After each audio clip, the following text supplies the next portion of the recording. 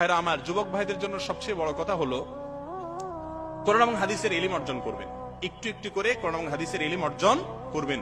একটা সংক্ষিপ্ত ব্যাখ্যা আলা কোরআন নেবেন, একটু একটু করে পড়বেন। একটা হাদিস রাখবেন, হাদিস গ্রন্থ রাখবেন, রিয়াদুস সালিহিনটা রাখতে পারেন, একটু একটু করে পড়বেন। ডক্টর খন্দকার আব্দুল্লাহ জাহাঙ্গীর রহমাল্লাহ রচিত ইসলামী আকীদা, রাহে বেলায়েত, ইহয়া সুনান, পোশাক, দেহসজ্জা, এই সমস্ত বইগুলো রাখবেন এবং একটু একটু করে পড়বেন। ইলম অর্জন করা হলো সবচেয়ে বড় বিষয় এক।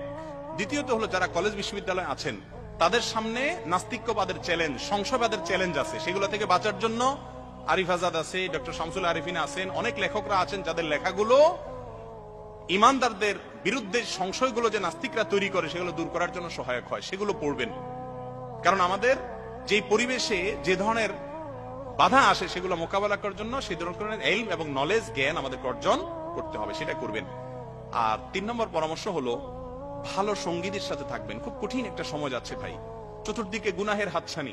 এজন্য যেই দোস্ত নেককার, আমি ব্যক্তিগতভাবে আপনাদেরকে বলি, আমি এখনো চেষ্টা করি কোন লোককে যদি দেখি মুখলেস, ইয়াং মানুষ অথবা একজন কলেজের প্রফেসর মানুষ বা সাধারণ মানুষ, কিন্তু দেখি লোকটা মুখলেস, আল্লাহওয়ালা, হারাম থেকে বাঁচার জন্য যুদ্ধ করে, আমি পাগলের মতো তার কাছে ছুটে যাই, সকাল বিকাল তাকে ফোন দেই, ইনবক্সে চ্যাট করি। কেন? উদ্দেশ্য যে তার সাথে যোগাযোগ থাকলে আমি মুত্তাকি হতে পারবো।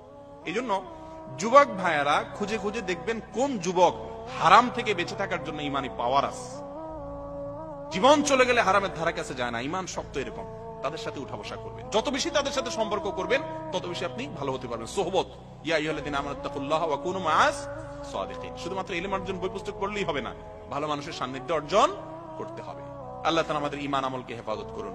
আর খুব বেশি দোয়া করবেন। ফিতনার যুগ ভাই, ওয়াজ করা অনেক সোজা, ওয়াজ শোনা অনেক সহজ, আমল করা অনেক কঠিন, আর শেষ পর্যন্ত আমল ধরে রাখা আরো কঠিন।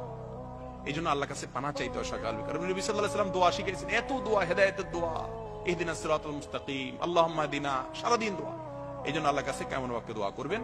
এই কাজগুলো করলে ইনশাআল্লাহ ফিতনার যুগে আল্লাহ তাআলা আমাদেরকে হেফাজত রাখবেন।